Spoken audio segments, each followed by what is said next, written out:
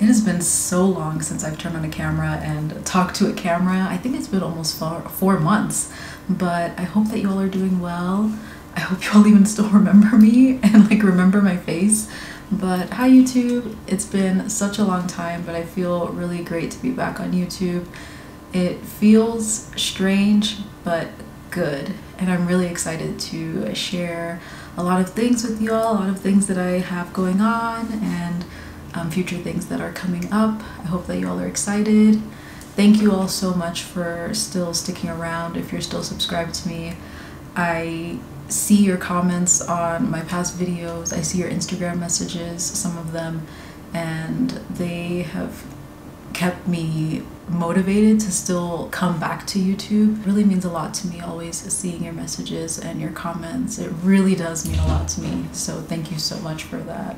Like I said, it's been a while since I filmed a video, so I'm gonna make it a little bit simple on myself and just film a life update, but also talk about my adjustment of coming back to the United States after living in South Korea for 3 years, and some of the things that I experienced coming back, like reverse culture shock, and just things that I didn't necessarily think about when I was doing my transition coming back into my home country. If you're interested in knowing about how my experience was, then keep on watching. Before we get into the video, a huge thank you to April Skin for sponsoring this video.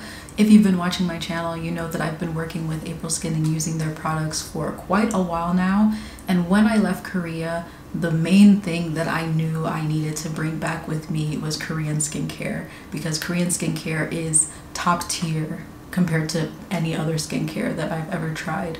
So I definitely stocked up on a lot of my favorite Korean products, especially April Skin's products. April Skin is a Korean skincare brand that focuses on natural and active ingredients that are non-irritating to the skin, especially if you have acne-prone skin or if you have sensitive skin.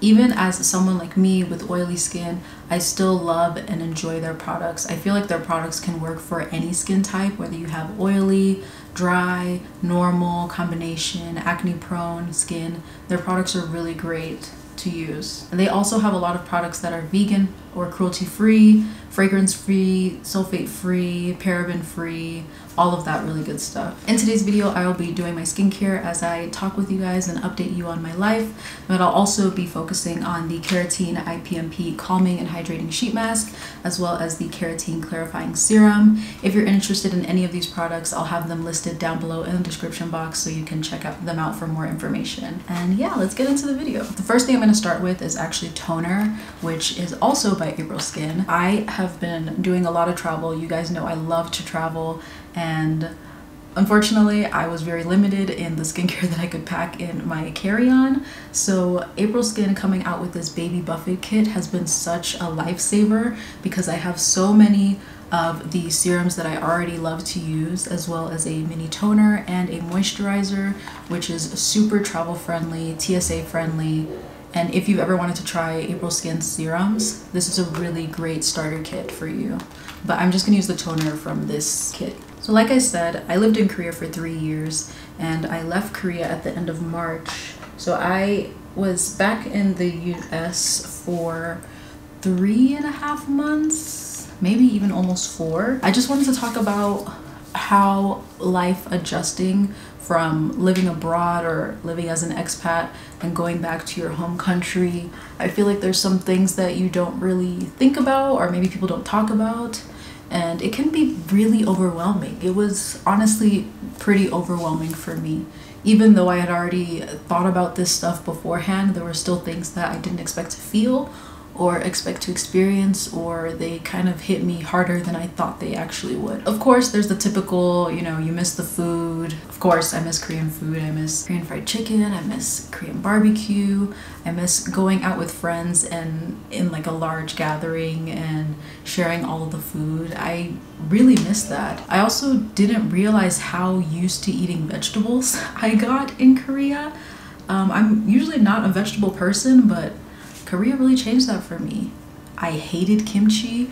I could not stand it. I don't like cabbage, and I also don't like pickled vinegary things. But by the end of my 3 years, in my last 6 months of being in Korea, something switched and I started eating kimchi all the time. Like now I love kimchi. I can eat it and not like throw up. But when I first moved to Korea, I could not stand kimchi. Of course, you know, you miss those little things like food and different things like that. But something that I didn't expect to, or I guess it didn't really click to me until I got home, was how different the weather was. When I left Korea at the end of March, it was actually pretty cold. I was still wearing my long padding, which if you don't know what that is, I'll insert a picture here. It's basically a very heavy winter coat. And it was pretty cold in Korea when I left. From Korea, I flew to Singapore where I had a 22-hour layover. I actually have a vlog of that. I'll link it here for you to watch if you're interested. And in Singapore, it was hot. It was so hot. It was super humid. And I went from super cold weather to super hot and humid weather. And then I went home to my hometown in El Paso, Texas, which if you know anything about El Paso, it is the desert, so it is dry heat. So I went from super cold weather to super hot and humid weather to super hot and dry weather. It was a lot on my body. I actually got sick within my first week of being at home, and that was not fun. That was just something that I knew, but I wasn't even really thinking about it as much. The next product I'll use is the April Skin Keratin IPMP Calming and Hydrating Sheet Mask. This sheet mask is vegan, just like a lot of April Skin's products. It has carrot root extract and Centella asiatica extract, and it's supposed to cool and hydrate your skin, especially if you have any irritation or redness. So I'm really excited to use this because I've been doing a lot of traveling and my skin has not been a fan of changing weathers, changing water. I feel like this is going to be really great for my skin. I love that the sheet masks that April Skin make have a lot of the essence in it. So the sheet mask is packed with a lot of liquid, and the instructions state to keep this on for 10 to 20 minutes. So I'm gonna keep continuing this video while this is sitting on my face. I did not think about that and how potentially uncomfortable it might be to talk, but I'll get through it. There's still a lot of liquid left in here. Elbows, my arms, neck. Another thing that I expected, but it really hit me hard, was that I missed my friends that I made in Korea. I made so many close friends and connections that I honestly consider like family to me. And it's hard being physically away from them. Like we would travel together, we would hang out all the time, and it feels so weird being so physically far apart and not being able to do those things with my friends. I did have a few friends from Korea that also left Korea and came back to the US the same time that I did. Quite a few of them are still in Korea, but no one is actually in the same area as me or close enough for me to like frequently visit them. So it is pretty hard not having my support system from Korea here with me physically. But of course I can still talk to them all the time on the phone and, you know, connect on social media and things like that. Another thing that I really miss about living in Korea was my sense of independence. I could do anything I want whenever I wanted. And I enjoyed that to the fullest. You all saw in my videos that I did a lot of traveling. There were even times where I would get out of work and I would decide right then and there that I was going to go on a trip somewhere, and I would do it. And I was able to do that because the transportation system in Korea is super efficient and affordable. But in the United States, it is definitely not the same as it is in Korea. I live in Texas. I live in West Texas, and El Paso is pretty far from a lot of places, and not only that, I don't have a car, I don't drive. So a lot of places that I actually thought that I would go on road trips and do fun things when I came back to the United States, I couldn't do it because it's not as accessible as it is in Korea. I feel a lot more limited in the US, whereas in Korea I was free to roam anywhere I wanted, anytime I wanted. And I definitely miss that a lot. So I actually took a little bit of a break and let this sit on my face for 15 minutes. It's a little bit hard to film and also have this on my face, so I thought it would be best to do that instead. The instructions say to leave it on for 10 to 20 minutes, so I'm going to remove it now.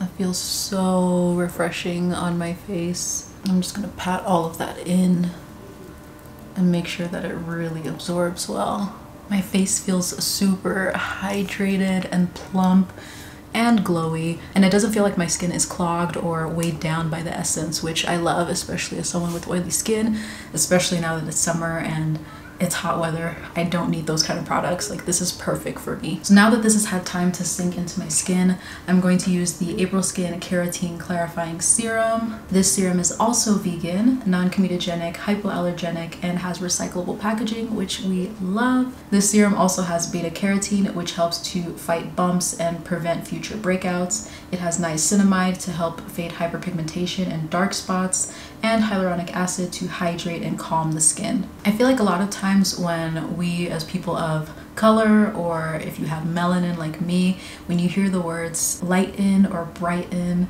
it kind of scares us away. But I love that April Skin's products do not whiten the skin. Their products help to brighten and even out your complexion and skin tone, especially if you have hyperpigmentation like a lot of us with melanin have. I love that April Skin's products are Black girl friendly, melanin friendly, so definitely don't let that scare you away if you are interested in trying their products. My face feels super soft and glowy. I love how it's looking.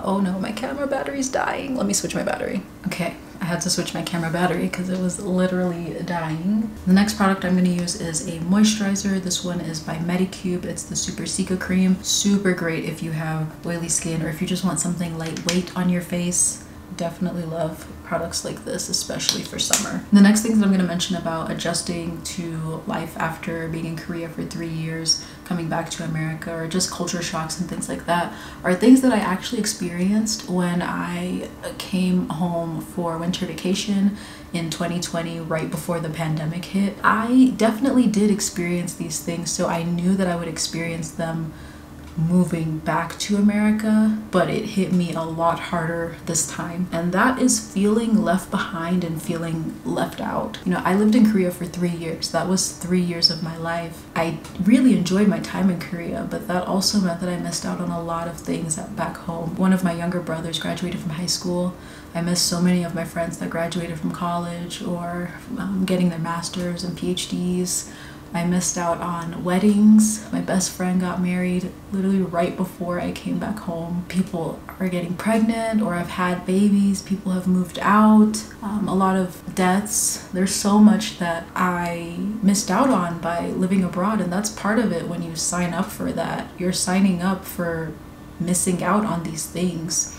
And you know, I expected that when I knew I was moving to Korea to teach. It's different when you actually experience it and like how hard it actually is. Life still went on without you, and that's really hard to accept. When I came back, it felt like things were the same but also different at the same time. Like, I wish I could turn back time and experience all of those things. I still wouldn't take back my time in Korea. Also, part of this point is feeling left out. I don't know how to like word this or say this without sounding, I don't know, I don't want to come off as a show off or like I am better than others. That's absolutely not how I feel or even want to come across. And this isn't the case with everyone, but I do feel like sometimes when I talk about my experience of being in Korea, because that was 3 years of my life, you know, if someone is sharing their past 3 years of buying a house or having a kid, like that is amazing and that's great. I should also be able to talk about what I experienced in the past 3 years of my job, my travels, like living in a new country.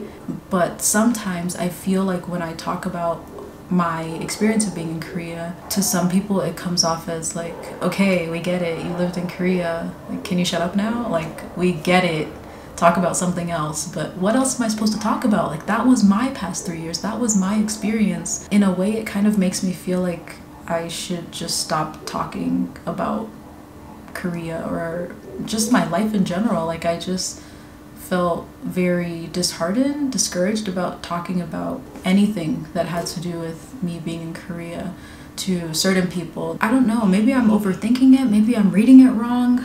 I don't know. If you have ever lived abroad, if you've lived in Korea or even studied abroad and you have ever felt this way, like, please share in the comments, like, if I am, like, I don't know, am I reading too much into this? That was something that I definitely didn't expect to feel. I mean, I did feel it a tiny bit when I first came home, in 2020, but it hit a lot harder this time because I wasn't going back to Korea. It does help that I do have friends that came back from Korea, so you know, I could relate with them. They understood what I was going through, but it was definitely discouraging when I experienced that quite a few times. I try not to talk about my experiences in Korea to people unless they ask about it, which is really sad because that was my life. Like, I shouldn't feel pressured to not talk about my life when other people can talk about their lives. I don't know, maybe I'm reading too much into it. Let me know in the comments what you think. The last product I'll use is the Isntree Hyaluronic Acid Watery Sun Gel.